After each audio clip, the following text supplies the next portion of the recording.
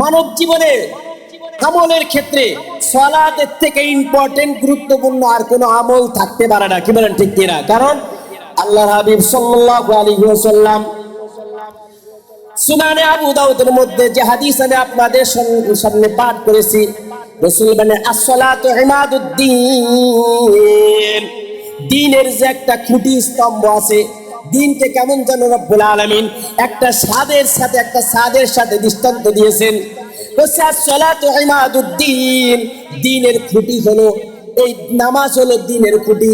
যেরকম এই যে তাবু টানানো হয়েছে, মাঝখানে যে খুঁটিগুলো আছে, এই খুঁটিগুলো যদি ভেঙে যায়, এই ছাদ সব আমাদের মাথার উপর পড়বে।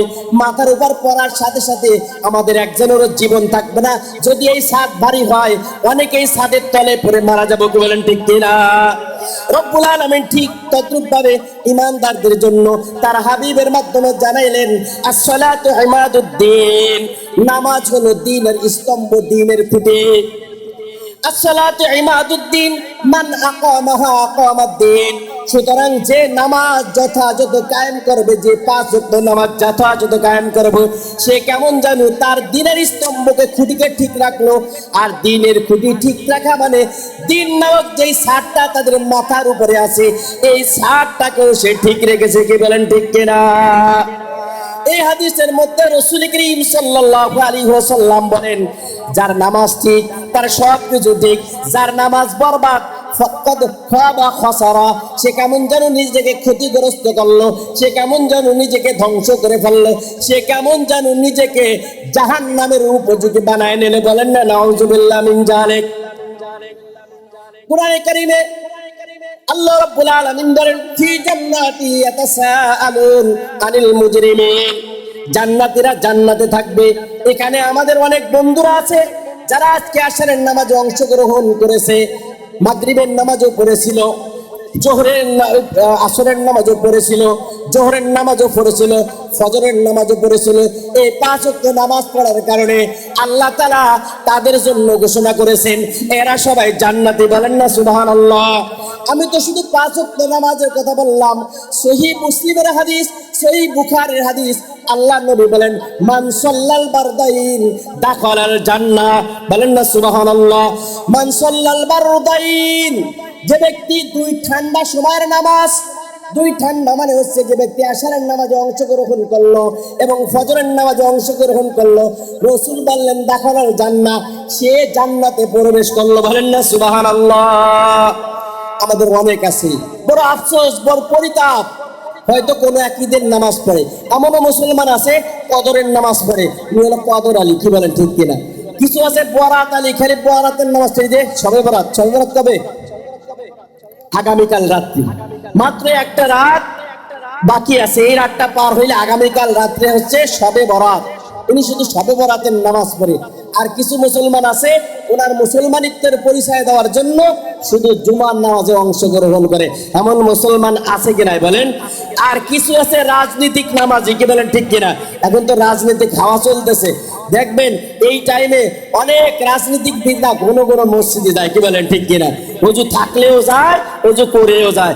এমন নেতাও আমি দেখছি ওযু নাই নামাজ পড়ে ফেলাইছে। বলেন না নাউযুবিল্লাহ মিন যালিক। এটা হলো কি? স্বার্থ অন্বেষী নামাজ। এই নামাজ দিয়ে কোশ্চিন কালেও নাজাত পাওয়া যাবে না। কি বলেন ঠিক কিনা?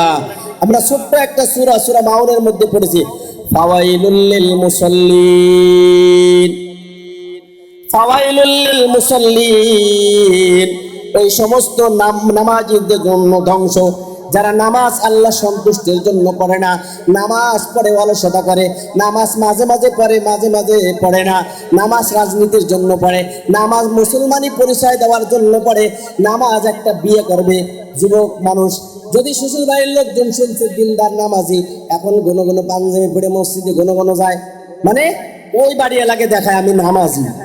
অথবা তার কোনো একটা ভালো চাকরির দরকার, তখন সে নামাজ পড়ে। অথবা তার কোনো একটা উদ্দেশ্য হাসিল হওয়া দরকার, তখন সে নামাজ পড়ে। আল্লাহ কয় বান্দারে তুই হলো মতলববাজ নামাজি, তোর এই নামাজ আমি আল্লাহ সন্তুষ্টির জন্য না, বরং তোর এই নামাজ হচ্ছে মতলবের নামাজ, তোর এই নামাজেরও তোর ফায়দা হাসিলের নামাজ। এই নামাজ দিয়ে আমি আল্লাহ যেই ঘোষণা করেছি জান্নাতুল ফেরদাউসের ঘোষণা, এই জান্নাতুল ফেরদাউস তোর কপালে জুটবে না, কি বলেন ঠিক কিনা? যেই নামাজ আল্লাহ সন্তুষ্টির জন্য হয় না, যেই নামাজের মধ্যে আল্লাহর রিজামন্দি নাই, ওই নামাজ আরশে আজিম পর্যন্ত পৌঁছায় না, মাওলার দরবারে পৌঁছায় না। হাদিসের মধ্যে আছে নোংরা দুর্গন্ধযুক্ত পেঁচানো কাপড়ের মতো করে ওই নামাজকে, যেই নামাজ লোক দেখানোর জন্য করা হয়, যেই নামাজ উদ্দেশ্য সাধনের জন্য করা হয়, যেই নামাজ বিবাহের জন্য পড়া হয়, যেই নামাজ রাজনীতি করার জন্য পড়া হয়, ওই নামাজগুলোরে ময়লা যুক্ত দুর্গন্ধযুক্ত কাপড়ের মতো পেঁচাইয়া ওর কপালের মধ্যে নিক্ষেপ করা হয়। বলেন না নাউজুবিল্লাহ। তাহলে আমরা নামাজ পড়বো কার জন্য? আল্লাহর জন্য। যারা নামাজ পড়বে আল্লাহ তাদেরকে 3টা পুরস্কার দেবেন। কয় পুরস্কার? 1 নম্বর পুরস্কার আল্লাহ বলেন উলাইকা হুমুল মুমিনুনা হাক্কা, তাদের 1 নম্বর পুরস্কার আমি আল্লাহ সার্টিফিকেট সনদ দান করলাম।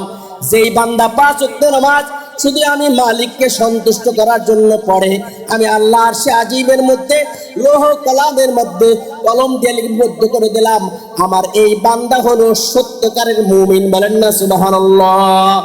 উলাইকা হুমুল মুমিনুনা হাক্কা। 2 নম্বর লাহুম দারাজাত। বলেন না আল্লাহু আকবার। কয় নামাজ পড়ার আগে তার যেই মর্তবা ছিল, নামাজ যখন আমার বান্দা শুরু করে দিল, এবং নামাজ সে 1 ওয়াক্ত 2 ওয়াক্ত না, বরং পাবন্দির সাথে 5 ওয়াক্ত আমার যেই বান্দা নামাজ পড়বে, আমি আল্লাহর কাছে প্রত্যেক নামাজের বরকতে আমার বান্দার মর্যাদা আমি আল্লাহর কাছে বুলন্দ হতে থাকে। বলেন না সুবহানাল্লাহ। 2 নম্বর হচ্ছে মর্যাদা বুলন্দ হয়। 3 নম্বর আল্লাহ বলেন লাহুম দারাজাতুন ইনদা রাব্বিহিম ওয়া মাগফিরা ওয়া মাগফিরা ওয়া মাগফিরা ওয়া মাগফিরা। বলেন না সুবহানাল্লাহ। ভাই আমার বান্দা যখন 5 ওয়াক্ত নামাজি হবে, এর বরকতে আমি আল্লাহ আমার বান্দার জিন্দেগীর সমস্ত গুনাহগুলো মাফ করে দেব। সুবহানাল্লাহ। নামাজ পড়া তো এই জন্যই দরকার যে নামাজের দ্বারা আল্লাহ সন্তুষ্টি অর্জন হবে, আমার আপনার সকলের পাপ খুশি মিটে যাবে। কি বলেন ঠিক কিনা? এরপর আল্লাহ আরেকটা পুরস্কার দিলেন, লাহুম দারাজাতুন ইনদা রাব্বিহিম ওয়া মাগফিরাতু ওয়া রিজকুন কারীম। বলেন না আল্লাহু আকবার। এই যে আল্লাহ বলছিলেন রাসূলের মাধ্যমে, যে ব্যক্তি ফজরের জামাতে অংশগ্রহণ করলো, মান সাল্লা সালাতাস সুবহি, যে ফজরের জামাতে অংশগ্রহণ করলো, জিম্মাত আল্লাহ তাআলা তার জিম্মাদার হয়। ঠিক সূরা আনফালের এই আয়াতে আসে আল্লাহ তাআলা বললেন লাহুম দারাজাতুন ইনদা রাব্বিহিম ওয়া মাগফিরাতু ওয়া রিজকুন কারীম। আল্লাহ বলেন দুনিয়াতেও যতদিন থাকবে 5 ওয়াক্ত নামাজের বরকতে আমি আল্লাহ তাকে সম্মানজনক রিজিক দান করব। বলেন না সুবহানাল্লাহ। সম্মানের রিজিক কাকে বলে জানেন? সম্মানের রিজিক হলো আপনি যদি রিকশা চালান, এই রিকশার শ্রমের মাধ্যমে যে অল্প টাকায় আয় রোজগার করেন, এটা আপনার জন্য সম্মানের রিজিক। আপনি যদি ব্যবসা বাণিজ্য করেন, ব্যবসা বাণিজ্যের মাধ্যমে হালাল ব্যবসায়ী যে সম্পদ হয়, সেটা থেকে যে আহার্য আপনি করেন, এটা হলো আপনার জন্য সম্মানজনক রিজিক। ইমাম সাহেব ইমামতি করে অল্প টাকা পায়, এই টাকা দিয়ে তার পরিবার পরিজন চালায়, এটাও তার জন্য সম্মানজনক রিজিক।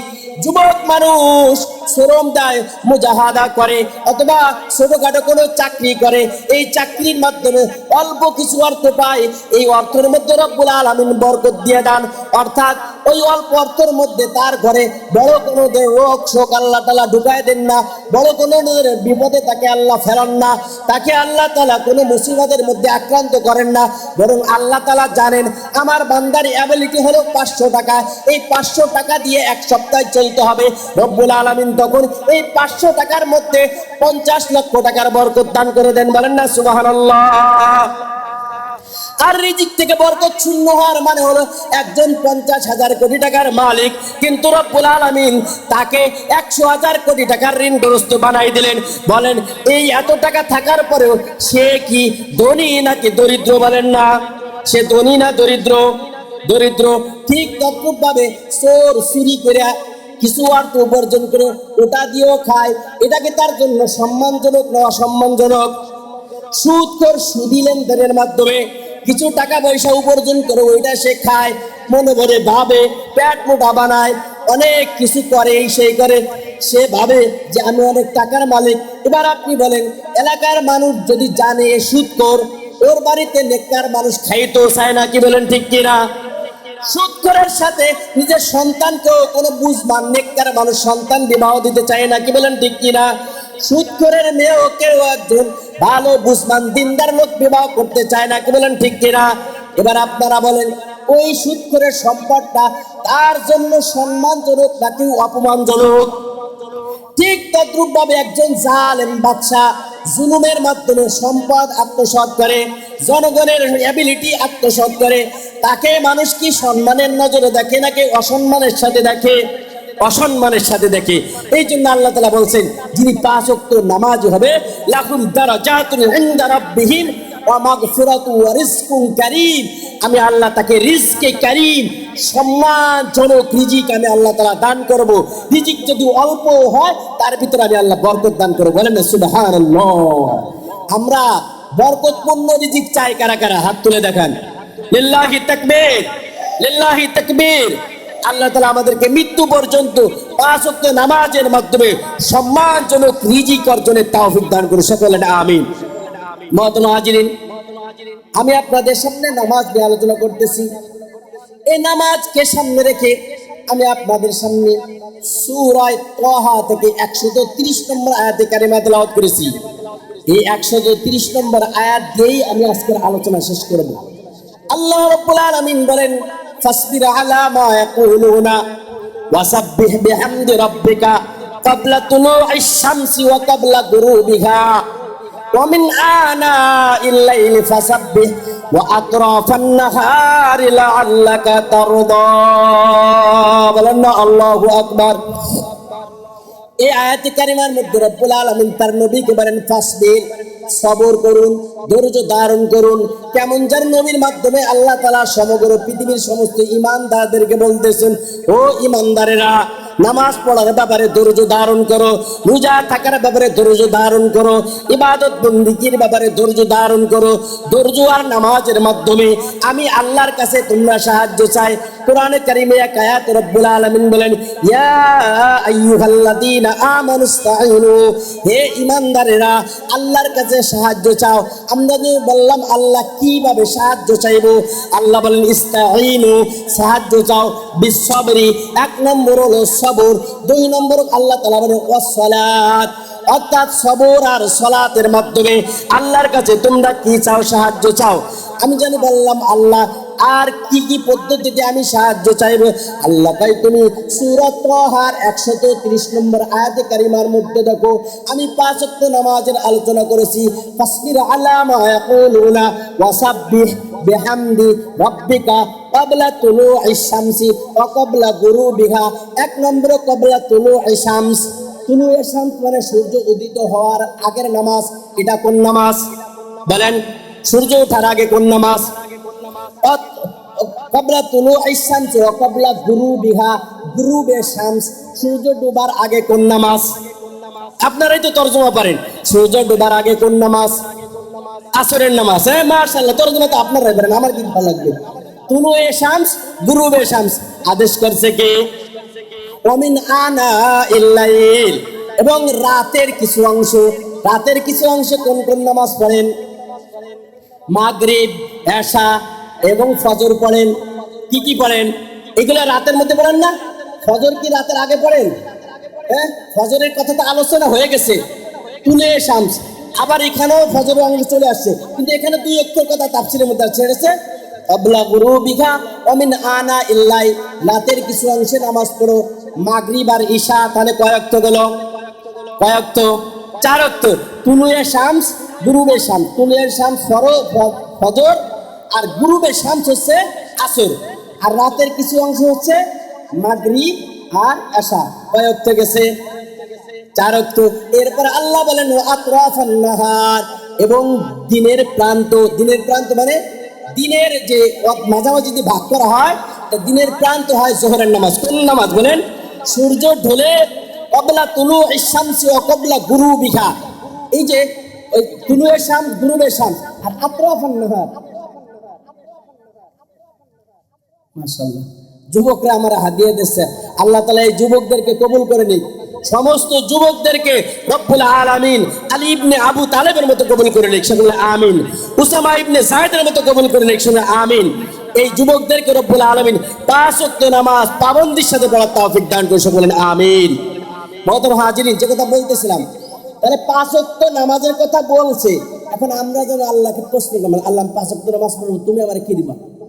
আল্লাহকে আমি জানি কি প্রশ্ন করলাম, আমি 5 ওয়াক্ত নামাজ পড়বো, তুমি আমাকে কি দিবা? আল্লাহ জানে যে বান্দা এটা বলবে, এই জন্য আল্লাহ অগ্রিম দান করছে, বলেন না সুবহানাল্লাহ। আল্লাহ বলেন বান্দা যদি 5 ওয়াক্ত নামাজ পড়ে লাআল্লাকা তারদা, চিল্লায়ে বলেন আল্লাহু আকবার, আর জোরে বলেন আল্লাহু আকবার, আর জোরে বলেন আল্লাহু আকবার। আল্লাহর নাম নিতে কোনো ভয় নাই তো? আর জোরে বলেন আল্লাহু আকবার, আল্লাহু আকবার, আল্লাহু আকবার। আল্লাহ তাআলার নামের এমন এক পাওয়ার আর তাজাল্লি, আশপাশে যদি শয়তান বুকি বাকি মারে, বুসকি বাসকি মারে, যে এই এলাকা থেকে দু একটা মানুষ মজলিস থেকে উঠায় নেই, আল্লাহর নামের জোরে আর ধাক্কায় এই পুরো কিশোরগঞ্জে শয়তান থাকতে পারবে না। কি বলেন ঠিক কিনা? লিল্লাহি তাকবীর, লিল্লাহি তাকবীর। কোরআন হাদিসের আলো, আল কোরআনের আলো, এবার একটু দিলে দিলে জ্বালান কোন, কোরআন হাদিসের আলো দিলে দিলে জ্বালো, কোন দিলে দিলে জ্বালো।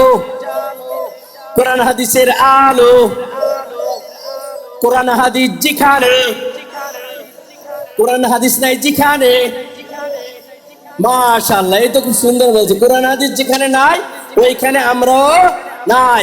ঘরে অনেক জ্বালাইছেন, এবার কলবে জ্বালান, কারণ ঘরে কোরআন শরীফ থাকে, পড়ে না। অনেক সময় আমার মাদ্রাসায় কোরআন শরীফ নিয়েছে, কোরআন শরীফ, কি ব্যাপার হুজুর, কোরআন শরীফ নিয়ে এসেছেন? হুজুর পড়ার কেউ নাই, এই জন্য নিয়ে আসছে।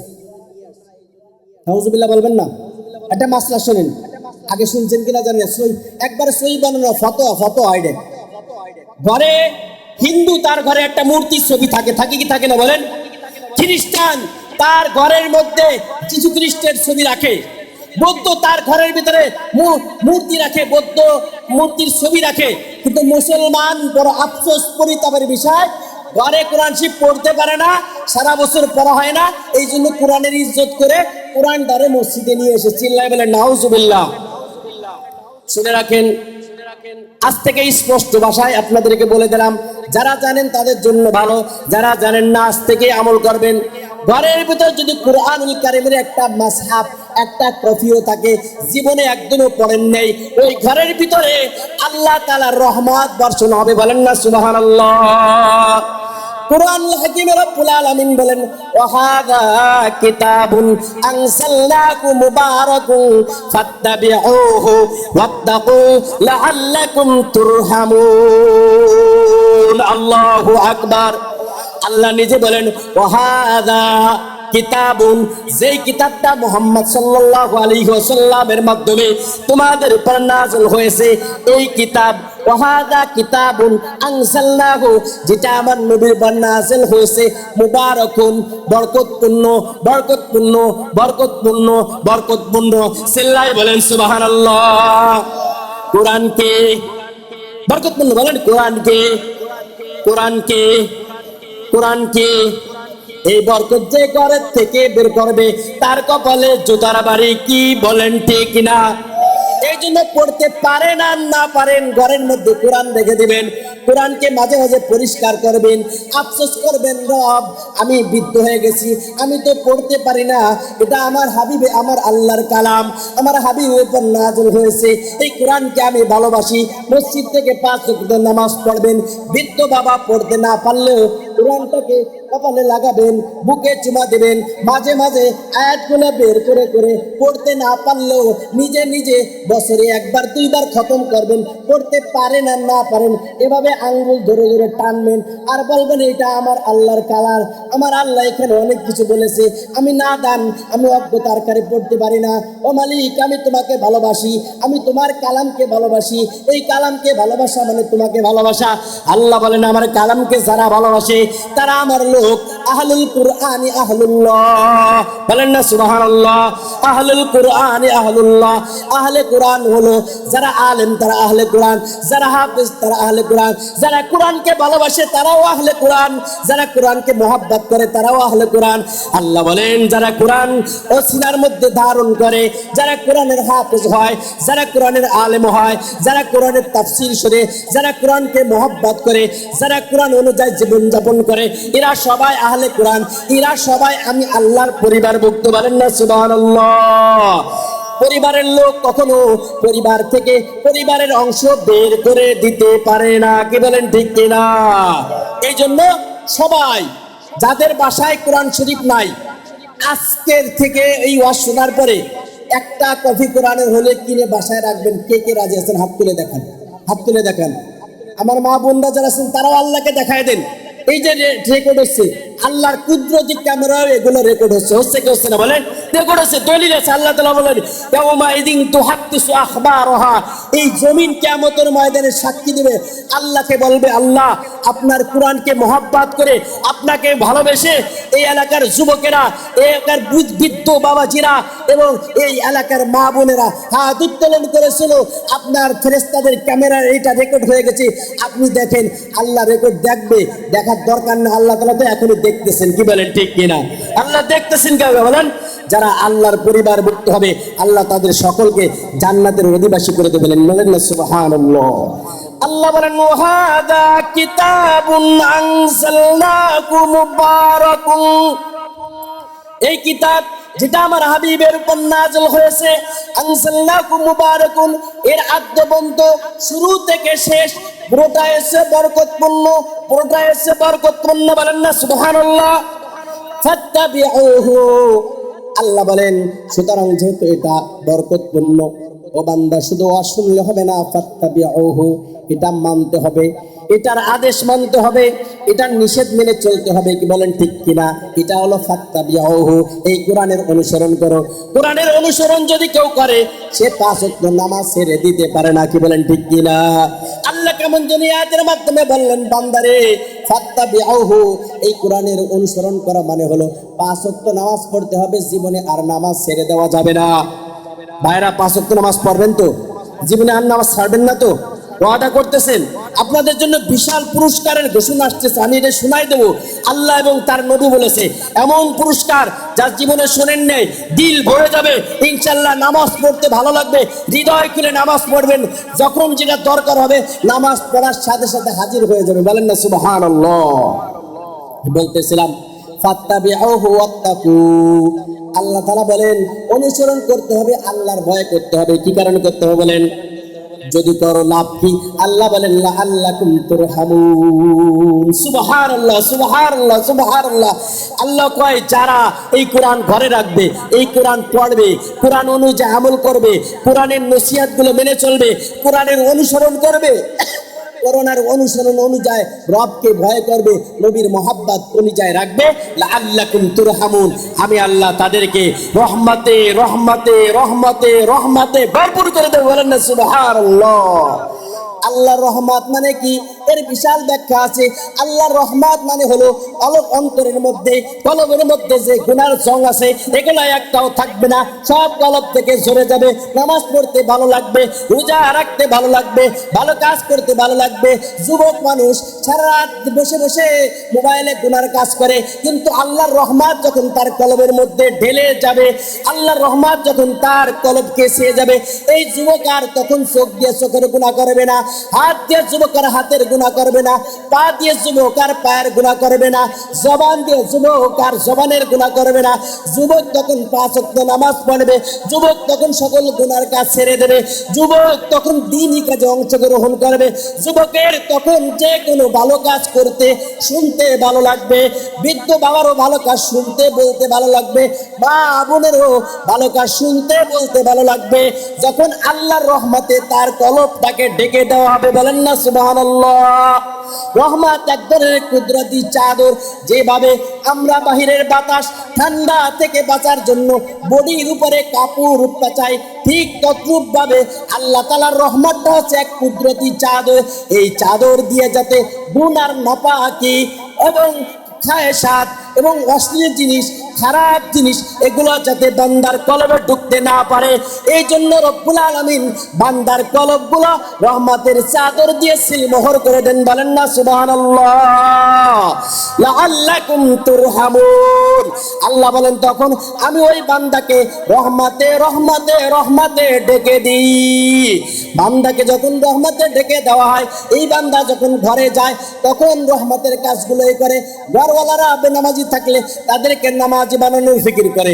তার ঘরের লোক যখন নামাজি হয়ে যায়, ওই বান্দা তখন এলাকার ভাই ব্রাতার বন্ধু বান্ধব তাদের পিছনে লেগে যায়, আমার বন্ধু যাতে নামাজি হয়ে যায়, আমার বন্ধু যাতে জাহান্নামের পথে না যায়, আমার বন্ধু যাতে আল্লাহকে না ভুলে যায়। ওই বান্দা, ওই যুবক, ওই বৃদ্ধ বাবা তখন গুনাহগার ব্যক্তিদের পিছনে লেগে যায়, কিভাবে তাদেরকে টেনে টেনে আল্লাহর জান্নাতের পথে নিয়ে আসতে পারে। কি বলেন ঠিক কিনা? এটা তখনই সম্ভব যখন আল্লাহর রহমতের চাদর দিয়ে আপনাকে আমাকে ডেকে দেওয়া হবে। বলেন না সুবহানাল্লাহ। এগুলো হলো সব কিছু নামাজের অবদান। এবার আসেন, আমি যে কথা বলতেছিলাম, রাসূল মাকবুল সাল্লাল্লাহু আলাইহি ওয়াসাল্লাম 7 শ্রেণীর ব্যক্তির কথা বলেছেন যাদেরকে আরশে আজিমের নিচে ছায়া দেওয়া হবে। কোথায় ছায়া দেওয়া হবে? কোথায় ছায়া দেওয়া হবে? আরশে আজিমের নিচে। কে কে আরশে আজিমের নিচে ছায়া পেতে চান? হাত তুলে দেখেন। কে কে ছায়া পেতে চান? সবাই ছায়া পেতে চান? কতগুলো আমল একেবারে সহজ। 1 নম্বর আসেন, সাবাতি দিল্লুহুমুল্লাহু ফি জিল্লিহি ইয়াওমা লা জিল্লা ইল্লা জিল্লু আল ইমামুল আদিল। 1 নম্বর হচ্ছে ন্যায়পরায়ণ বাদশা, দেশের রাষ্ট্রপ্রধান যদি ইজ্জতদার হয়, তাহলে ওই বাদশাকে রব্বুল আলামিন আরশে আজিমের নিচে ছায়া দান করবে। বলেন না সুবহানাল্লাহ। এই হাদিসের এই অংশের লম্বা দীর্ঘ ব্যাখ্যা আছে। যেরকম রাষ্ট্রপ্রধান ইনসাফ করলে আরশে আজিমের নিচে ছায়া পাবে, ঠিক তদ্রূপভাবে মন্ত্রী তার অধীনস্থদের উপর যদি ইনসাফ করে আরশে আজিমের নিচে ছায়া পাবে। এমপি যদি তার অধীনস্থদের উপর কি করে ইনসাফ করে আরশে আজিমের নিচে ছায়া পাবে। চেয়ারম্যান যদি ইউনিয়নবাসীর উপর ইনসাফ করে আরশে আজিমের নিচে ছায়া পাবে। মেম্বার যদি ওয়ার্ডের উপর ইনসাফ করে আরশে আজিমের নিচে ছায়া পাবে। পরিবারের প্রধান বাবা যদি তার সন্তানদের উপর ইনসাফ করে, মেয়ের হক মেয়েকে দেয়, অন্য স্ত্রীর হক স্ত্রীকে দেয়, ছেলের হক অনুযায়ী ছেলেকে হক দেয়।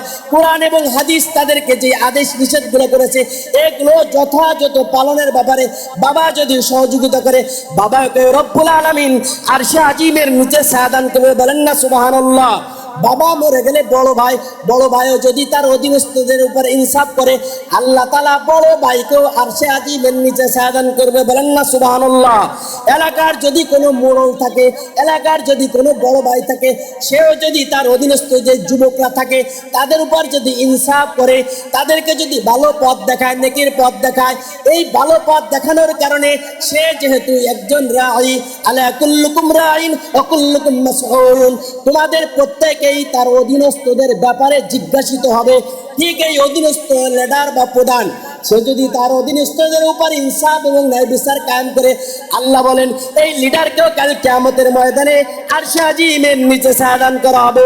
বলেন না সুবহানাল্লাহ। আর যদি ইনসাফ না করে উল্টা ঠ্যাং উপরে উঠানো হবে, মুখ চিত করে জমিনের উপরে ফেরেশতারা শিকল দিয়ে বেঁধে হাসরের টানতে টানতে টানতে খুজুহু ফাগুল্লু সুম্মাল জাহিমা সল্লু, তাদেরকে টেনে টেনে জাহান্নামের মধ্যে নিক্ষেপ করা হবে। চিল্লায় বলেন নাউজুবিল্লাহ। তাহলে 1 নম্বর কি বলছি? ইমামে আদিল। 2 নম্বর ওয়াশাবুন নাশাআ ফি ইবাদাতি রাব্বিহি। এই মাহফিলে কোন কোন যুবকরা আয়োজন করছে তারা একটু দাঁড়াও তো ভাই, একটু দেখি যুবকদেরকে একটু দেখি। যারা আয়োজন করছে যুবকরা যারা সবাই দাঁড়াও, যুবকরা যারা আছেন তারা দাঁড়ায় যান, যুবকরা দাঁড়ায় যান, দাঁড়ায় যান। আপনাদের জন্য ঘোষণা আসতেছে, যুবকরা দাঁড়ান, যুবকরা দাঁড়ান, যুবকরা দাঁড়ান। দাঁড়াইছেন? লিল্লাহি তাকবীর, লিল্লাহি তাকবীর। এই যুবকদের ব্যাপারে এই ঘোষণা রাসূলের 2 নম্বর ঘোষণা। যুবকদেরকে কত ভালোবাসতেন নবীজি। নবীজি কি বলছেন জানেন? যে বৃদ্ধরা আমারে টেনে পিছায় নিছে আর যুবকরা আমারে আগায় দিছে। বলেন না সুবহানাল্লাহ। আবু জেহেল চাচা বৃদ্ধ ছিল, আবু লাহাব বৃদ্ধ ছিল, বুড়া বেশি বুঝতো, এইগুলা দিনের কাজ করতে দিনে। কিন্তু আলী রাদিয়াল্লাহু তাআলা আনহু যুবক ছিল, ওমর ইবনুল খাত্তাব যুবক ছিল। এরা টেনে টেনে ইসলামের কাজকে প্রসার করছে। প্রসার গড়াইছে, ইসলামের দাওয়াতকে চতুর্দিকে ছড়াই দিয়েছে। এই জন্য রাসূল বলেছে যুবকরা আমারে আগায় দিছে আর বৃদ্ধরা আমারে টেনে ধরেছে। এই জন্য যুবকদের জন্য একটা তাকবীর হবে, বলুন সকলে বলেন লিল্লাহি তাকবীর, লিল্লাহি তাকবীর। যুবক ভাই শুনে রাখো, আল্লাহ তোমাদের ব্যাপারে নবীর মাধ্যমে ঘোষণা দিয়েছেন, সহিহ বুখারীর হাদিস, ওয়াশাবুন নাশাআ ফি ইবাদাতি রাব্বিহি। যে যুবক তার যৌবন কালটা এই 17 বছর থেকে নিয়ে 40 পর্যন্ত, এটা হলো যুবক কাল। তোমাদের এখানে সবাই 17 পার হয়ে গেছে, এদের ব্যাপারে ঘোষণা আসছে যে যে যুবক তার যৌবন কালটা ইবাদতে কাটাবে, ভালো কাজে কাটাবে, গুনার কাজ করবে না, নেক কাজে অংশগ্রহণ করবে, তাদের সকলকে আরশে আজিমের নিচে ছায়া দান করা হবে। বলেন না সুবহানাল্লাহ, সুবহানাল্লাহ। এখন বৃদ্ধ বাবারা পেরেশানিতে আছে, কাম সারছে, যুবকরা যাবে, তা আমরা কি করব? আল্লাহ এরপরে এই হাবিবের মাধ্যমে জানাইলেন যুবক বৃদ্ধ নারী পুরুষ সবার জন্য ঘোষণা আসতেছে। বলেন না সুবহানাল্লাহ। এবার রাসূল বলেন ওয়াশাবুন নাশাআ ফি ইবাদাতি রাব্বিহি ওয়া রাজুলুন কলবুহু মুআল্লাকুন ফিল মাসাজিদ। বলেন আল্লাহু আকবার। রাসূল কারীম সাল্লাল্লাহু আলাইহি ওয়াসাল্লাম 3 নম্বরে বললেন ওই ব্যক্তি, সে যুবক হোক, বৃদ্ধ হোক, শিশু হোক, কিশোর হোক, আমার মা বোনদের মধ্যে শামিল। ইসলামের বিধানগুলো পুরুষকে সম্বোধন করে করা হয়, কিন্তু এর ভিতরে নারীরাও এর হুকুমের মধ্যে থাকে। মা বোনদেরকেও আরশে আজিমের নিচে ছায়া দেওয়া হবে। আমার যুবতী বোন যদি নিজেকে গুনাহ থেকে বাঁচায়, আমার বোনকে আল্লাহ তাআলা আরশে আজিমের নিচে ছায়া দান করবে। আমার মা যদি তার ঘরের মধ্যে বসে 5 ওয়াক্ত নামাজ পাবন্দের সাথে পড়ে, স্বামীর হুকুম মেনে চলে, নিজের লজ্জা স্থানের হেফাজত করে, নিজের বাচ্চা কাচ্চা লালন পালন করে, এই 4 কাজ যদি আমার কোনো মা করতে পারে, আমার হাবিব বলেন তার জন্য জান্নাতের একটা গেট নয় বরং 8টা গেট উন্মুক্ত হয়ে যাবে। আমার মা যে গেট দিয়ে প্রবেশ করতে চাইবে, ফেরেশতারা তাকে ইস্তেকবাল করতে করতে জান্নাতে নিয়ে যাবে। বলেন না সুবহানাল্লাহ। তাহলে আমার মাদের জান্নাতে যাওয়া সহজ সহজ সহজ। 5 ওয়াক্ত নামাজ পড়বে, স্বামীর খেদমত করবে, লজ্জা স্থানের হেফাজত করবে, বাচ্চা কাচ্চা লালন পালন করবে। এই সবগুলো কাজের 3টা কাজ তো নিজের দৈনন্দিন করাই লাগে। স্বামীর খেদমত করা লাগে, স্বামীর হুকুম পালন করা লাগে, বাচ্চাদের লালন পালন করা লাগে। কি বলেন ঠিক কিনা? এবং সাথে সাথে 2টা কাজ হলো রমজানের রোজা রাখা, 5 ওয়াক্ত নামাজ পড়া। এই 2টা বিধান আর সাথে সাথে এই 3টা বিধান, এই 5 কাজ আমার যেই মা করবে, রব্বুল আলামিন বলেন ও হাবিব আপনি জানাই দেন মহিলাদেরকে, সুস্পষ্ট ঘোষণা দেন, সে জান্নাতের যে গেট দিয়ে যাইতে চাইবে, আল্লাহ তাআলার ফেরেশতারা তাকে সুস্বাগতম জানাইতে জানাইতে জান্নাতে প্রবেশ করাবে। বলেন না সুবহানাল্লাহ। তা বলতেছিলাম রাজুলুন কলবুহু মুআল্লাকুন ফিল মাসাজিদ, এটার ভিতরে আমার বৃদ্ধ বাবাও শামিল, আমার যুবক ভাইও শামিল, কিশোর ভাইও শামিল, ইমাম সাহেবও শামিল, মুয়াজ্জিন সাহেবও শামিল। যত ইমানদার পৃথিবীতে আছে, রাসূল বলেন যেই ব্যক্তি তার অন্তরটাকে মসজিদে লাগায় রাখে, আপনারা এশারের নামাজ পড়ছেন, তিনি কথা শুনছেন, কিন্তু মনের ভিতর রয়েছে ওয়াজ যতই শুনি, ফজরের নামাজে আমার অংশগ্রহণ করতে হবে, পড়তে হবে, এরকম মন নিয়ে কে কে বসছেন? হাত তুলে দেখান, হাত তুলে দেখান। লিল্লাহি তাকবীর, লিল্লাহি তাকবীর। রাজুলুন কলবুহু, থাকে বাসায়, অন্তর থাকে কোথায়? থাকে বাসায়, অন্তর থাকে কোথায়? থাকে দোকানে, অন্তর থাকে কোথায়? থাকে চাকরি থেকে, অন্তর থাকে কোথায়?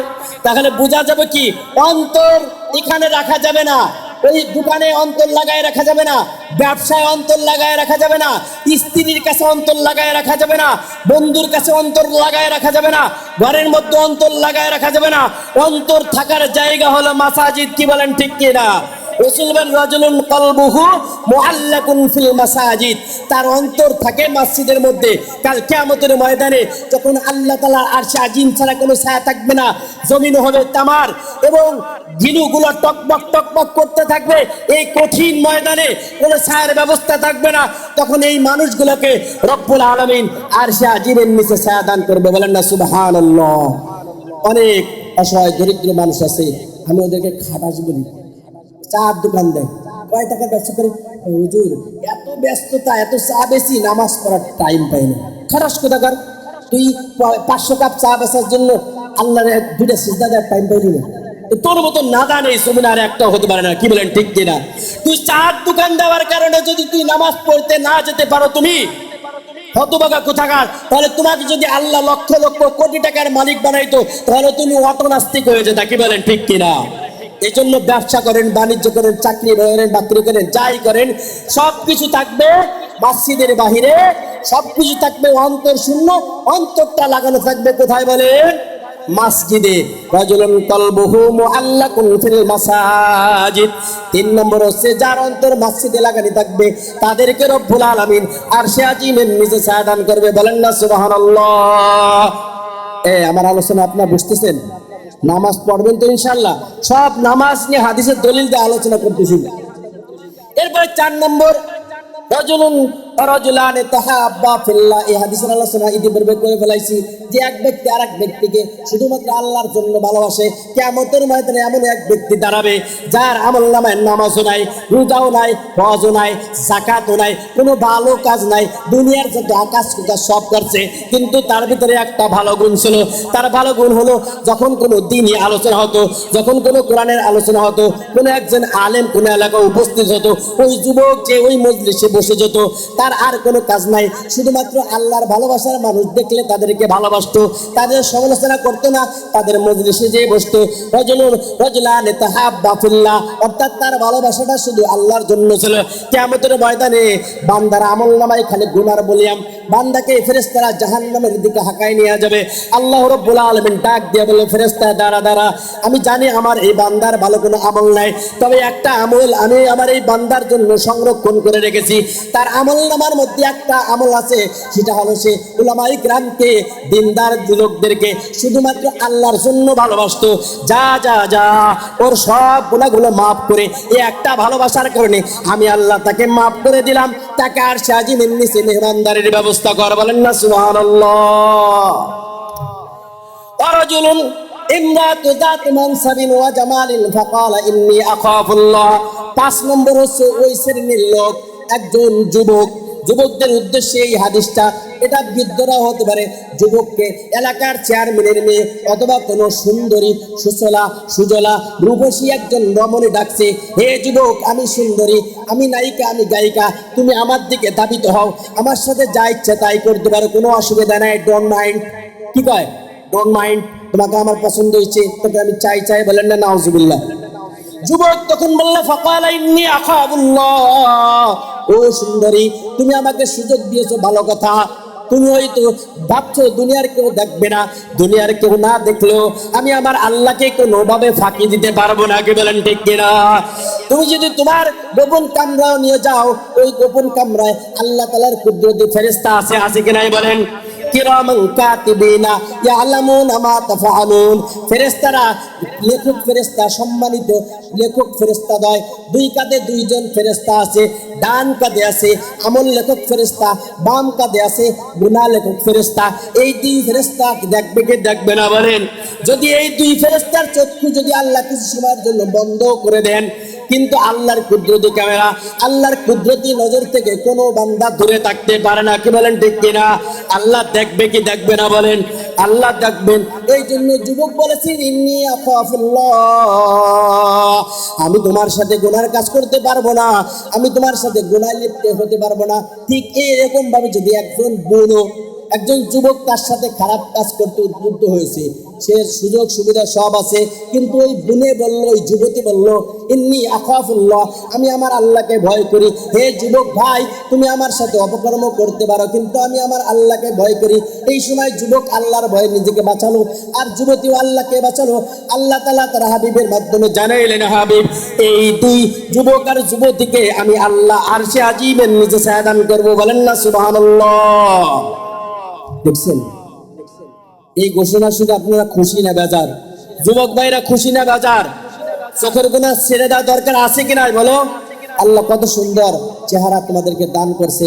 রাত 1টা 2টা বন্ধু উলঙ্গ নারীদেরকে ধরে কোনো লাভ নাই, বেহুদা, নিজের জীবন জৈবন সবশেষ বরবাদ, আখিরাতও বরবাদ। এবং এই গুনার কারণে অনেক সময় আল্লাহ তাআলা যদি রাগান্বিত হয়ে যান, মৃত্যুর সময় তোমার ইমানের তাওফিক ছেড়ে নেবে, তুমি বেঈমান হয়ে পড়বা। বলেন না নাউজুবিল্লাহ মিন যালিক। ইমান নিয়ে মরতে চাই কারা বলেন? আল্লাহ তাআলা আমাদের সকলকে চোখের গুনাহ, হাতের গুনাহ, পায়ের গুনাহ থেকে বাঁচার তাওফিক দান করুন। বলেন না আমিন। নারী সংগঠিত গুনাহ থেকে আল্লাহ তাআলা আমাদেরকে বাঁচার তাওফিক দান করুন। সেগুলো আমিন। আমার ইচ্ছে খালি নামাজের ওয়াজ করলে হবে, সব ওয়াজ করে যাবো। কি বলেন ঠিক কিনা? চতুর্দিক থেকে কিছু ওয়াজ করে যেতে হবে। এগুলো হলো কাজের ওয়াজ। ঘটনা গল্প করলে কি হবে? এগুলো থেকে বাঁচা দরকার, দরকার কিনা বলেন? গুণামুক্ত জীবন চায়, নেকিওয়ালা জীবন চায়, কি বলেন ঠিক কিনা?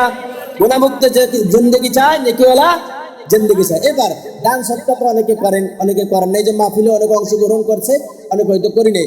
যারা করছে তারা সৌভাগ্যবান, তারা আসে আজিবের নিচে সাহাব হয়ে যাবে। তাদের জন্য আর একটা ঘোষণা দরকার আছে কিনা বলেন? এই মাহফিল কমিটির জন্য একটা ঘোষণা দেওয়া দরকার আছে কিনা বলেন? যুবকদের জন্য আর একটা ঘোষণা দেওয়া দরকার আছে কিনা বলেন? আপনারা বিভিন্ন জন এখানে অংশগ্রহণ করেছেন, অনেকে দিছে, নাম ফুটাতে চাই না, আমরা কেউ জানি না। এটা আল্লাহর জন্য করছেন। কার জন্য? আল্লাহর জন্য। রাসূল বলেন যারা দান সৎকার করে তাদেরকে একটা ঘোষণা দিয়ে দাও, বলেন না সুবহানাল্লাহ। রাজুলুন তাসাদ্দাকা আখফা হাত্তা তা'লামু শিমালুহু মা তুনফিকু ইয়ামিনুহু। বলেন ওই ব্যক্তি ডান হাত দান করছে, তার বাম হাতও বুঝতে পারে না, বলেন না সুবহানাল্লাহ। অর্থাৎ এই কথার মানে কি? কথার মানে হলো সে দান যেটা করেছে একমাত্র আল্লাহ সন্তুষ্টির জন্য করেছে। কার জন্য? আল্লাহ আরেকটা ঘোষণা দেন, فأما من آتى واتقى وصدق بالحسنى فسنيسره لليسرى فأما من آتى যে কি করেছে? দান করেছে, বলেন না সুবহানাল্লাহ। ওয়াসাদ্দাকা বিল হুসনা, সত্য বিষয়কে সত্য হিসাবে মেনে নিয়েছে। অর্থাৎ দানের ব্যাপারে উলামায়ে কেরাম ওয়াজ করেছে, দান করলে এই সওয়াব হয়, দান করলে আল্লাহর সন্তুষ্টি হয়, দান করলে আল্লাহ নূরের মেম্বার দান করবে, দান করলে আল্লাহ বিনা হিসাবে জান্নাত দান করবে, দান করলে রব্বুল আলামিনের রাগ এটা ও ঠান্ডা হয়ে যায়, দান করলে আল্লাহ বান্দাকে বড় বড় আযাব গজব থেকে হেফাজত করেন। দান করলে রাসূল করিম সাল্লাল্লাহু আলাইহি ওয়াসাল্লাম বলেন, কোন বান্দা যখন দান করে আল্লাহ তাআলা ওই বান্দাকে অপমৃত্যু থেকে হেফাজত করেন, বলেন না সুবহানাল্লাহ। অপমৃত্যু বুঝেন? ট্রাকের তলে পড়ে বান্দা আর মরবে না, পানিতে ডুবে মরবে না, আগুনে পুড়ে মরবে না, হঠাৎ স্ট্রোক করে মারা যাবে না, ব্রেন স্ট্রোকে মারা যাবে না, হার্ট স্ট্রোকে মারা যাবে না। অর্থাৎ এই বান্দার কোনো অপমৃত্যু হবে না, বরং ওই বান্দার আসানির সাথে ইমানি মৃত্যু হবে, এতে কোনো সন্দেহের অবকাশ নাই, বলেন না সুবহানাল্লাহ। এই জন্য আল্লাহ বলেন ফাআম্মা মান আতা, যে ব্যক্তি দান করলো, সাদাকা, দানের হাদিসগুলোকে বিশ্বাস করলো, বলেন না সুবহানাল্লাহ। ওয়াসাদাকা বিল হুসনা ফাসানিয়াসসিরুহু লিল ইসরা, তার জন্য সহজতার জায়গা, সহজ জায়গা, আরামদায়ক জায়গা যাওয়া আমি সহজ করে দেবো, বলেন না সুবহানাল্লাহ। অর্থাৎ যারা দান সৎকার করে একমাত্র আল্লাহ সন্তুষ্টির জন্য করে, তাদের জন্য সহজতার রাস্তা, সহজ জায়গা সেটা হলো জান্নাত। সেটা কি বলেন? আরামের জায়গা কি বলেন? জান্নাত। তাদের জন্য জান্নাতে যাওয়া এবং জান্নাতে যাওয়ার রাস্তাকে আমি আল্লাহ আসান করে দিই, সহজ করে দিই, তারা সকলে জান্নাতে হবে, বলেন না সুবহানাল্লাহ। আর রাসূল করিম সাল্লাল্লাহু আলাইহি ওয়াসাল্লাম বলেন এমন ভাবে দান করা, যেই দান তার ডান হাতে করলে বাম হাত বুঝতে পারে না। এই দানের কারণে রব্বুল আলামিন কাল কিয়ামতের ময়দানে সে যদি যুবক হয়, সে যদি বৃদ্ধ হয়, সে যদি কিশোর হয়, সে যদি বৃদ্ধা মাও হয়, সে যদি বোন হয়, সে যদি খালাও হয়, দানকারী হয়, শুধু দান করে কার জন্য? বলেন কার জন্য? এটাও আল্লাহর আদেশ আছে কোরআনে হাকিম। আল্লাহ তাআলা বলেন ওয়ামা উমিরু ইল্লা লিয়াবুদুল্লাহা মুখলিসিনা লাহুদ্দিন। আল্লাহু আকবার, আল্লাহু আকবার। সব দলিল দিয়ে যাচ্ছে আপনাদেরকে যে আল্লাহ আদেশ করেছেন দ্বীনের যে কাজ করবা মুখলিসিনা লাহুদ্দিন, ইখলাসের সাথে, একমাত্র কার জন্য? চিল্লায় বলেন কার জন্য? আরো জোরে বলেন কার জন্য? তাই একমাত্র আল্লাহর জন্য করতে হবে, আর কোনো উদ্দেশ্য থাকতে পারবে না। তাদেরকে কাল কিয়ামতের ময়দানে আল্লাহ তাআলা আরশে আজিমের নিচে ছায়া দান করবে, বলেন না সুবহানাল্লাহ। হাদিসের শেষ অংশটা বলবো, আয়াতের শেষ অংশ বলার পরে রাজুলুন যাকারাল্লাহ খালিয়ান ফাফাদাত আইনাহু, এই অংশ বলে আমাদের আলোচনা আজকে শেষ করে দেব। আয়াতের শেষ অংশ চলেন। 5 ওয়াক্ত নামাজ বলছিলাম, বিশাল ঘোষণা আসছে, মনে আছে? আলোচনা বলতে আমি মেনটেন ঠিক রাখি, এদিক সেদিক করে তা হবে না। বলছিলাম 5 ওয়াক্ত নামাজের কথা, পুরস্কার দরকার আছে না? কে কে পুরস্কার চাই? হাত তোলেন। আজকের পরে আর নামাজ ছাড়বেন না, কে কে তার রাজি আছেন? হাত তোলেন। রাজি? ছাড়বেন না তো ইনশাআল্লাহ? 1 ওয়াক্ত নামাজ ছাড়বেন না তো? যদি এরকম হয় তাহলে আজকের আলোচনা সার্থক। সকালে লিল্লাহি তাকবীর, লিল্লাহি তাকবীর, লিল্লাহি তাকবীর। মৃত্যু পর্যন্ত করে, মৃত্যু পর্যন্ত আমরা আর কোনোদিন নামাজ ছাড়বো না, নামাজ ছাড়বো না। 5 ওয়াক্ত নামাজ পাবন্দির সাথে, জামাতের সাথে মসজিদে এসে পড়বো। আল্লাহ তৌফিক দান করুন, আল্লাহ তৌফিক দান করুন, সকলে আমিন। এবার শুনুন আল্লাহ কি ঘোষণা। আল্লাহ বলেন ওয়াসাব্বিহ বিহামদি রাব্বিকা, ভালো করে খেয়াল করেন আল্লাহ কি কথা বলল রে। ওয়াসাব্বিহ বিহামদি রাব্বিকা ক্বাবলা তুলুইশ শামসি ওয়া ক্বাবলা গুরুবিহা ওয়া মিন আনাইল লাইলি ওয়া আতরাফান নাহারি লাআল্লাকা তারদা। আল্লাহ বলেন, বান্দারে তুই যদি ফজরের নামাজ পড়িস, তুই যদি জোহরের নামাজ পড়িস, ও বান্দা তুমি যদি আসরের নামাজ পড়ো, ও বান্দা তুমি যদি মাগরিবের নামাজ পড়ো, ও বান্দা তুমি যদি এশারের নামাজ পড়ো, লাআল্লাকা তারদা, লাআল্লাকা তারদা, লাআল্লাকা তারদা, লাআল্লাকা তারদা, লাআল্লাকা তারদা। সবাই বলেন নামাজ সাথে লাআল্লাকা তারদা, লাআল্লাকা তারদা। সবাই বলেন, সবাই বলেন লাআল্লাকা তারদা। বলেন না, বলেন না, মজার আয়াত, লাআল্লাকা তারদা। আল্লাহ বলেন, রে বান্দা তুই যদি 5 ওয়াক্ত নামাজ পড়িস, লাআল্লাকা তারদা, আমি আল্লাহ তোকে সন্তুষ্ট করে দেব। সুবহানাল্লাহ, সুবহানাল্লাহ, সুবহানাল্লাহ। কি কইছে? লাআল্লাকা তারদা, তুমি সন্তুষ্ট হয়ে যাবা। তা আমি সন্তুষ্ট হলে সন্তুষ্ট কে করবে বলেন? এই আয়াতের ব্যাখ্যা বিশাল দীর্ঘ লম্বা। আল্লাহ কেমন যেন বললে, বান্দারে তুই যদি ফজরের নামাজ পড়িস, বান্দারে তাফসীরের কিতাবের মধ্যে আসছে, আমার ভাইরা ভালো করে মনোযোগ সহকারে আমার কথাগুলো শুনেন। লাআল্লাকা তারদা, আমার আল্লাহ যেন ডাক দিয়ে বলে, বান্দারে তুই আসরের নামাজ পড়ে ঘুমাই গেছিস, লাআল্লাকা তারদা, বান্দা রাতের বেলায় এমন হয় তুই যখন ছোট ছিলি, শিশু ছিলি, তোর জবান দিয়ে তোর কিছু বলার কোনো ক্ষমতা ছিল না। বাবারে একটু সবাই নিজের জীবনের পিছনের দিকের কথা একটু চিন্তা করুন। ওই গভীর রজনীতে তোকে দেখার মতো কেউ ছিল না। এমনকি অনেক সময় এমন হয় তোর মায়ের হাতটাও তোর কি জবানের মধ্যে যদি পড়ে যেত, তোর মৃত্যু হয়ে যেত, তোর বাঁচানোর কেউ ছিল না। তোর মা যেহেতু এশারের নামাজ পড়ে তোকে নিয়ে ঘুমাইছে, আমি আল্লাহ যেহেতু বলেছিলাম আল্লাহকা তারদা, তোর মায়ের জিম্মাদার আমি যদি তোর মায়ের সন্তানটার মৃত্যু ঘটায় দিতাম, আমি যদি তোর মৃত্যু ঘটায় দিতাম, তোর মা সন্তুষ্ট হতো না। অথচ আমি বলছি, ও মা তুই যদি এশারের নামাজ পড়িস, আল্লাহকা তারদা, আমি তোকে সন্তুষ্ট করে দেব।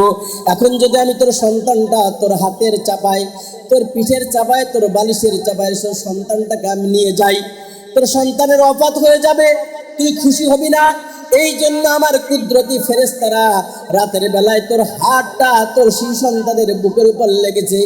সন্তান কান্না করারও ক্ষমতা ছিল না, সন্তানের হাতটা সরানোর কোনো ক্ষমতা ছিল না। আমি আল্লাহর শাজিম থেকে আমার কুদরতি হাত দিয়ে তোর সন্তানের বুক থেকে আমি হাতটাকে সরাই দিয়েছি। আল্লাহু আকবার। লাআল্লাকা তারদা, এতো তুই মাসুম অবস্থায় তোর ব্যাপার গেল, তোর মায়ের কথাই চিন্তা কর। রাতের বেলায় ঘরের মধ্যে কত কীট পতঙ্গ, সাপ বিচ্ছু ঘোরাফেরা করে। এমনও ঘটনা আমরা শুনতে পাই, একজন যুবক রাতের বেলা ঘুমায় আছে, একটা বিষধর সাপ তাকে ঠোকর মেরেছে, তার অপাত হয়েছে। এমন ঘটনা হয় কি হয় না বলেন? রাতের বেলায় আমাদের কানের ভিতরে যদি একটা পিঁপড়া ঢোকে, তার যন্ত্রণায় আমি আর আপনি বাঁচতে পারি না। রাতের বেলায় জিনেরা ঘোরাফেরা করে, পরীরা ঘোরাফেরা করে, বিভিন্ন প্রকার কীট পতঙ্গ ঘোরাফেরা করে। আল্লাহ বলেন, আল্লাহকে তারদা, আমি যেহেতু ওয়াদা করেছি, ঈশান নামাজ পড়ে বান্দা তুই ফজর পর্যন্ত নির্বিঘ্নে ঘুমাস। সবাই ঘুমায় যায়, লা তাখুযুহু সিনাতু ওয়ালা নাওম।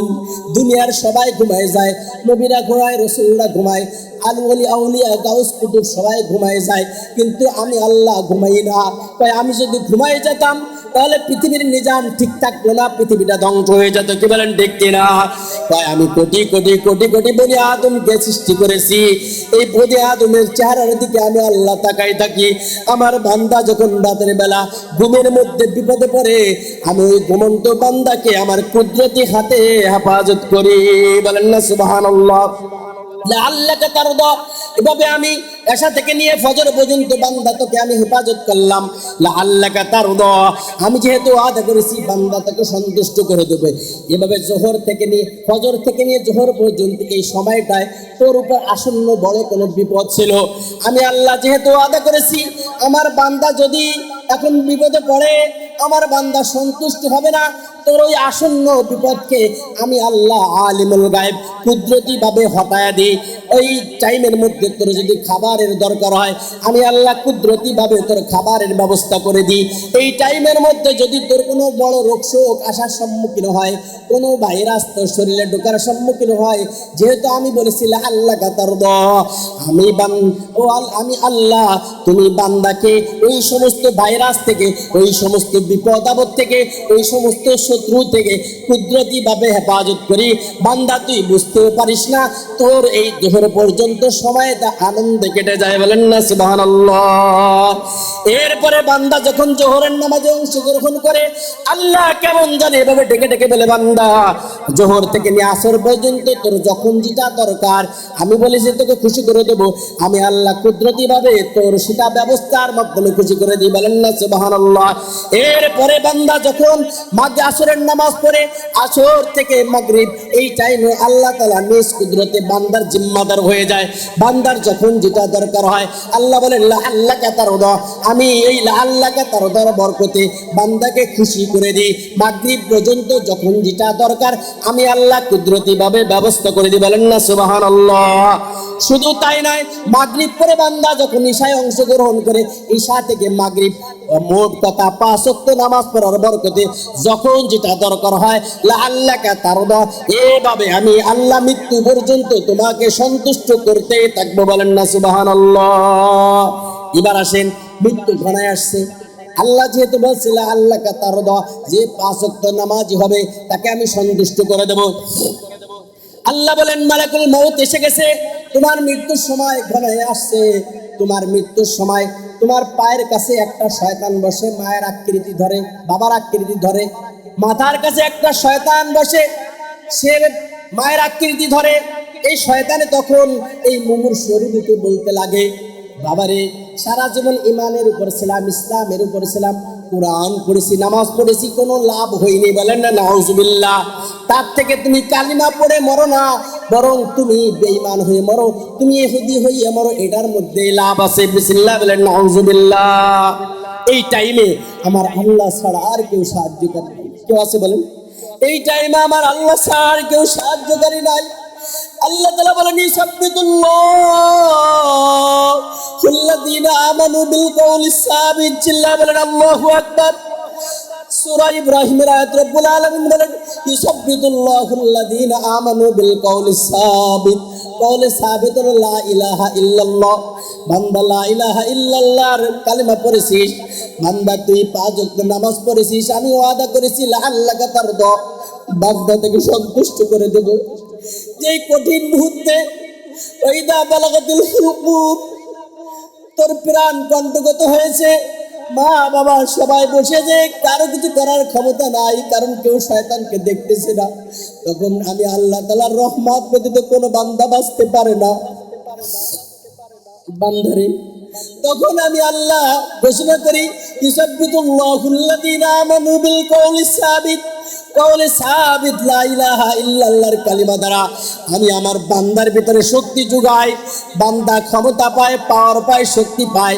বান্দা তখন দেখতে পায় যে বান্দার জন্য যে জান্নাত নির্ধারিত ছিল, ওই জান্নাতে কে রব্বুল আলামিন বান্দার চোখের সামনে ফেরেশতাদের মাধ্যমে তুলে ধরেন। বলেন না সুবহানাল্লাহ। বান্দার তখন আর ওই শয়তানের দিকেও তাকায় না, শয়তান রূপী বাবার দিকেও তাকায় না, শয়তান রূপী মায়ের দিকেও তাকায় না। বান্দা ওই জান্নাতের দিকে তাকায় থাকে। একটা বেলুন থেকে বাতাস যেভাবে আসানির সাথে বের হয়ে যায়, ঠিক তদ্রূপ ভাবে বান্দা জান্নাতে যাওয়ার জন্য উৎফুল্ল থাকে। বান্দা জান্নাতে প্রবেশ করতে চায়, বান্দা জান্নাতের হুর গিলমান দেখতে থাকে। এভাবে আসানির সাথে তার জান মুবারক প্রাণ বায়ুটা বের হয়ে যায়। বলেন না সুবহানাল্লাহ। এরপরে বান্দার কাফন দাফনের ব্যবস্থা হয়। আল্লাহ তাআলা আরশে আজিম থেকে রহমতের ফেরেশতা প্রেরণ করেন। রহমতের ফেরেশতারা ওই যে লাআল্লাকা তারদা, আল্লাহ যেহেতু বলছে সন্তুষ্ট করে দেব, রহমতের ফেরেশতারা তার কাফনে অংশগ্রহণ করে, তার দাফনে অংশগ্রহণ করে, তার জন্য কবর খোঁজা হয়। বলেন না আল্লাহু আকবার। তার জন্য যখন কবর খোঁড়া হয়, কবরে রাখার পরে 2 জন ফেরেশতা আসে, ভয়ঙ্কর বিভৎস চেহারার অধিকারী দুইজন ফেরেশতারা আসে। হাদিসের মধ্যে আছে তারা হবে বধির, তারা কানে শোনে না, তারা চোখে দেখে না, এরকম ফেরেশতারা আসে। এই ফেরেশতারা এসে প্রশ্ন করবে মার রব্বুকা ওমান দীনুকা ওমান নাবিয়ুকা, আপনারা কি বলেন যে এক ওয়াক্ত নামাজ পড়িনি ও যায় এমনি ঠাস ঠুস করে সব বলে দেবে, কি বলেন না? এরকম বেনামাজির খবর আছে, বেনামাজির একবারে থাপড়াইয়া সুপড়া ভেঙে ফেলাবেন ফেরেশতারা। হাদিসের মধ্যে আসছে যে এক পাজরের এরকম বা দুই সাইডের কবরের বাড়ি চাপ দেওয়া হবে, এক পাজরের হাড় আর এক পাজরের মধ্যে ঢুকে যাবে, চিল্লা বলে নাউজুবিল্লাহ মিন জালিক। ফেরেশতারা যখন তাকে কবরে তুলে এই তিন প্রশ্ন করবে, আল্লাহ বলেন ইসাব্বিতুল্লাহুল্লাযীনা আমানু বিল কওলিস সাবিত, আমি আমার বান্দাকে কি করব? আমি আর বান্দাকে শক্তি যোগাবো। আল্লাহ কবরের মধ্যে শক্তি দেবে। আল্লাহ তাআলা এই নামাজকে একটা সুন্দর মানবাকৃতি, তার বন্ধুত্ব রূপ দান করবে, বলেন না সুবহানাল্লাহ। দেখবেন নামাজ তার পাশে সুশ্রী পোশাকে বসে আছে। এই বান্দা প্রশ্ন করবে, ভাই তুমি কে? তখন ওই নামাজ বলবে, আমি তোমার নামাজ। এই কবরে তোমার সন্তান তোমার সঙ্গী হয়নি, তোমার স্ত্রী তোমার সঙ্গী হয়নি, তোমার বন্ধু বান্ধব তোমার সঙ্গী হয়নি, কিন্তু আমি তোমার নামাজ, আমি তোমার কোরআন তেলাওয়াত, আমি তোমার নেক আমল। আল্লাহ তাআলা আজকে তোমার কবরের মধ্যে আমাকে একটা সুশ্রী সুন্দর মানবাকৃতি করে তোমার বন্ধু হিসাবে প্রেরণ করেছে, বলেন সুবহানাল্লাহ।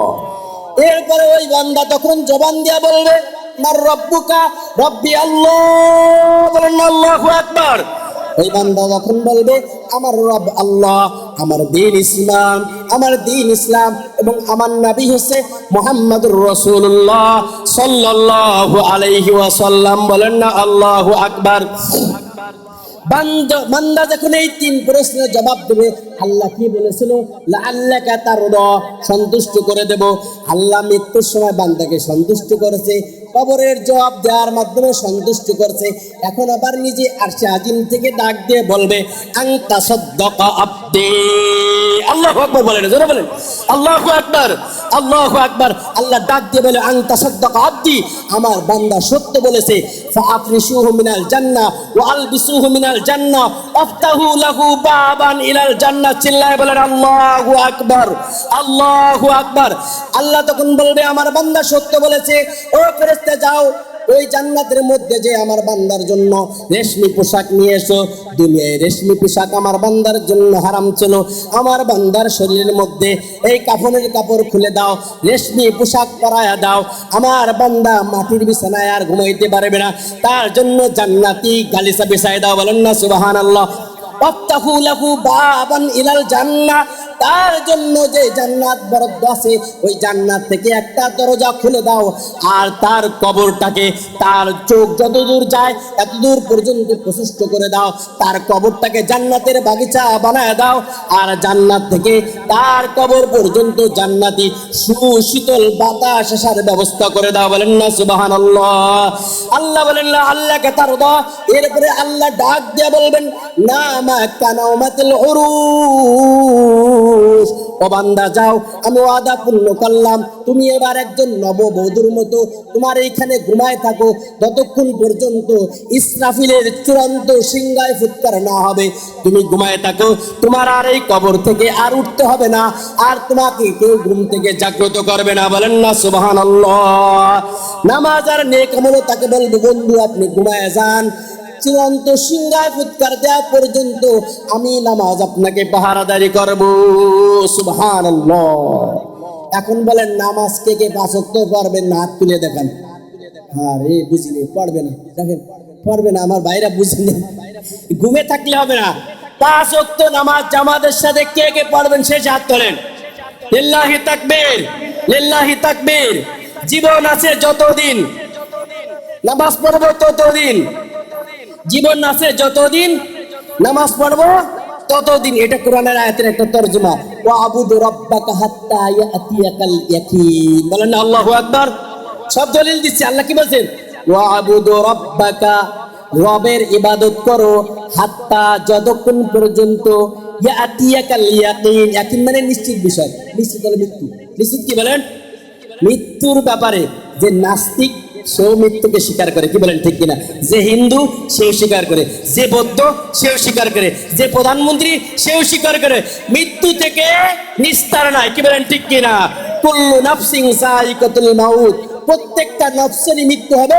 ইদা জাআ আজালুহুম লা ইস্তাখিরুনা সাআতাও ওয়া লা ইস্তাকদিমুন, প্রত্যেকটা আজল দেওয়া হয়েছে, কাউকে 10 বছর, কাউকে 20 বছর, কাউকে 50 বছর, কাউকে 60 বছর, কাউকে 100 বছর, যার যতদিন দিয়েছে সে ততদিন এই কবরের দিকে আগাইতে আছে, কি বলেন ঠিক কিনা?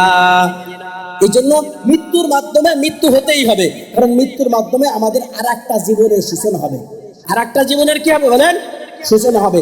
এই জন্য নামাজ পড়তে হবে কতদিন বলেন? হুঁশ আছে যতদিন। নামাজ পড়তে হবে কতদিন? জীবন আছে যতদিন। যদি আপনারা 5 ওয়াক্ত নামাজ পড়েন তাহলে আমার এই আলোচনা করা সার্থক, আর না এই ওয়াজ নসিহত করে কোনো লাভ নাই, কি বলেন ঠিক না? তাই রে নাই রে, বর্তমানে ওয়াজ নসিহত কম হচ্ছে না, ইবাদত বন্দি হচ্ছে না।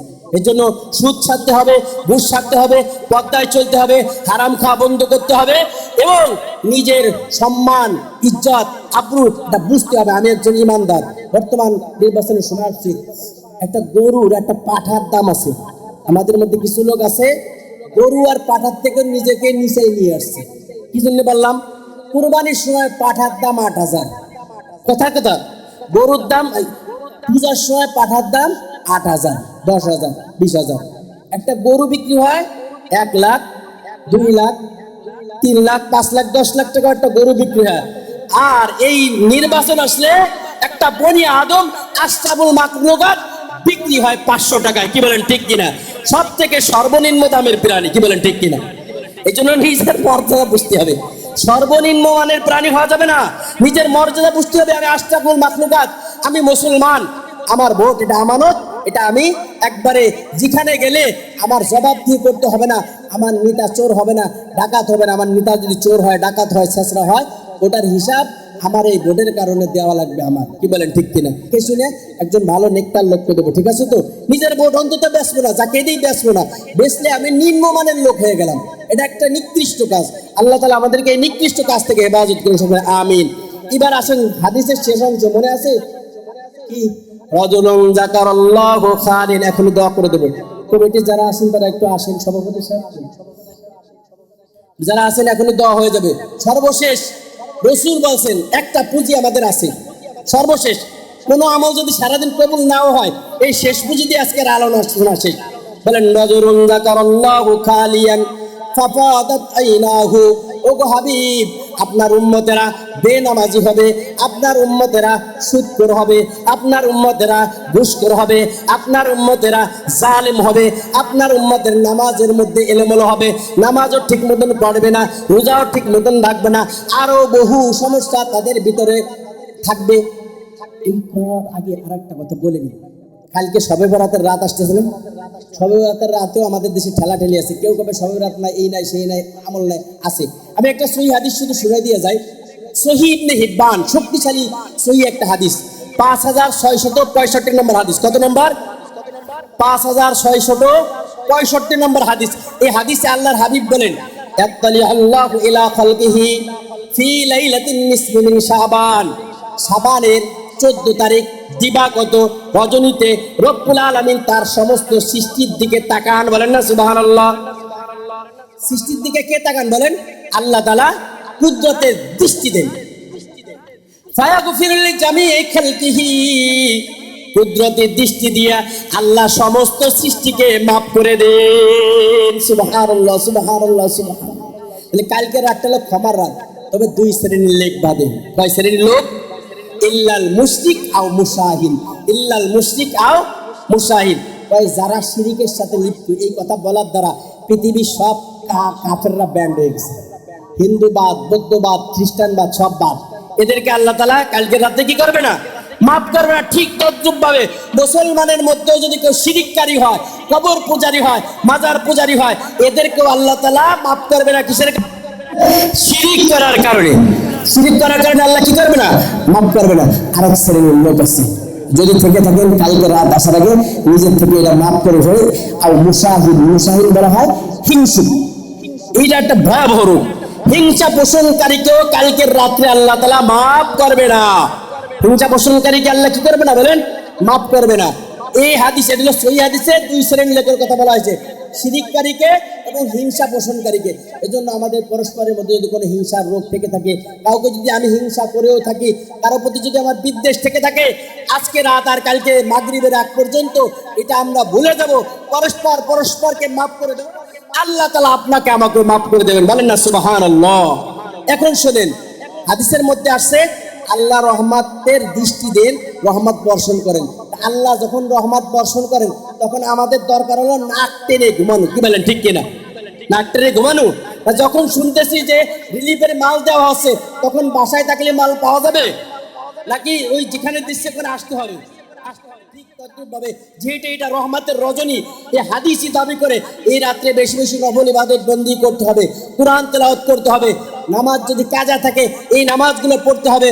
অন্যান্য হাদিসে কবর জিয়ারতের কথাও আসছে, কবর জিয়ারত করবেন। অন্যান্য ভালো যত কাজ আছে এই রাত্রে আমরা করব ইনশাআল্লাহ। এই ভালো কাজগুলো করার বরকতে আল্লাহ তাআলা রহমতের দৃষ্টি দিয়ে আমাদের পিছনের জিন্দেগির সমস্ত গুনাহগুলো মাফ করে দেবেন। বলেন না সুবহানাল্লাহ। কালকের রাত্রে জেগে জেগে ইবাদত বন্দি করতে রাজি আছি তো ইনশাআল্লাহ? বাকি থাকলেও কিছু বেহুদা কাজ, এই শবে বরাতের রাত্রে হালুয়া রুটি যেগুলো বানানো হয় এগুলা ইসলামের সাথে সম্পৃক্ত না, এগুলো বেহুদা কাজ।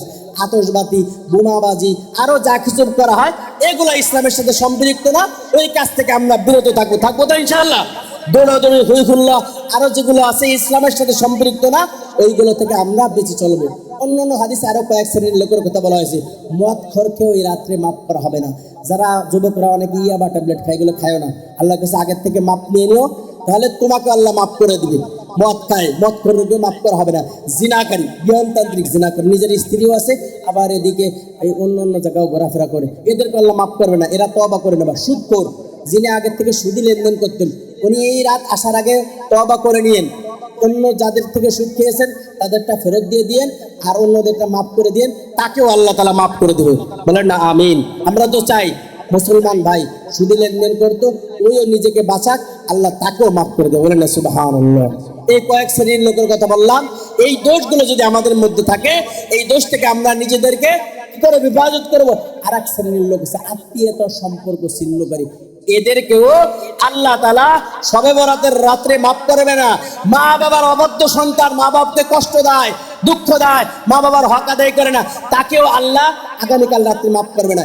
এই জন্য মা বাবার সাথে যদি কোনো মনোমালিন্য থাকে, মা বাবার পা ধরে মাপ চেয়ে মারকে সন্তুষ্ট করে দেবেন। আল্লাহ বলছে রিদাল রব্বি রিদাল ওয়ালিদাইন, মা বাপ সন্তুষ্ট মানে আল্লাহ খুশি।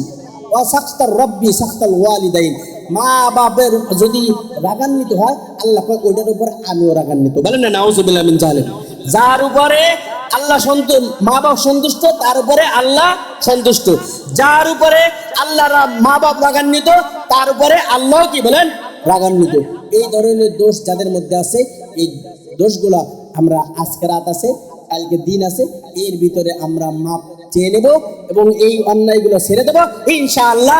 আগামীকাল মাগরিবের নামাজের সাথে সাথে আল্লাহ সাথে একটু তওবা করে নেবেন, পিছনের জিন্দেগির সমস্ত গুনাহগুলো আল্লাহ মাফ করে দেবেন। বলেন না সুবহানাল্লাহ। শুধু মাফই করবেন না, পিছনের যত গুনাহ হয়েছিল কোরআনের ভাষায় ইউবাদদিরুল্লাহু সাইয়্যাতিহিম হাসানা, আল্লাহ বলেন সমস্ত সাইয়্যাগুলো হাসানা দ্বারা, অর্থাৎ সে যদি 1 কোটি গুনাহ করে তওবা করার কারণে ওই 1 কোটি গুনাহকে আমি আল্লাহ নেকি দ্বারা পরিবর্তন করে দেব। বলেন না সুবহানাল্লাহ। এজন্য যারা গুনাহগার আছে তাদের নেকির পাল্লা ভারী করার একটা সুযোগ এসে গেছে। এজন্য খাঁটি দিলে আমরা এই যে আজকে তওবা করব। বলতেছিলাম সর্বশেষ হাদিস, ওই 7 শ্রেণীর শেষ শ্রেণী রাজুলুন যাকারুল্লাহ, এটা আমাদের সবচেয়ে বড় পুঁজি। মাঝে মাঝে মসজিদে একাকী হয়ে মসজিদের পিলারের পাশে বসে 2 রাকাত নফল নামাজ পড়ে, সলাতুল তওবার নামাজ পড়ে চোখের পানি ছেড়ে কাঁদবেন, ইচ্ছা মতন চোখ খুলে কাঁদবেন। এসে ফ্রেশ নেক আমলের পুঁজির আর কিচ্ছু নাই, চোখের পানির চেয়ে ভালো পুঁজি আর কিছু নাই। আমার মা বোনেরা আছেন এখানে যারা আছেন, এই হাদিস অনুযায়ী আমরা কান্নাকাটি করে আজকের দোয়া মোনাজাতের মাধ্যমে আজকের এই মাহফিল শেষ করবো। রাজি আছে তো ইনশাআল্লাহ? রাসূল বলেন রাজুলুন যাকারাল্লাহু খালিয়ান ফাফাদাত আইনাহু, কাল কিয়ামতের ময়দানে যখন আল্লাহ তাআলার আশাজেন ব্যতীত আর কোনো ছায়া থাকবে না, ওই কঠিন মুহূর্তে রব্বুল আলামিন এক ব্যক্তিকে আরশে-আজিমের নিচে ছায়া দান করবে।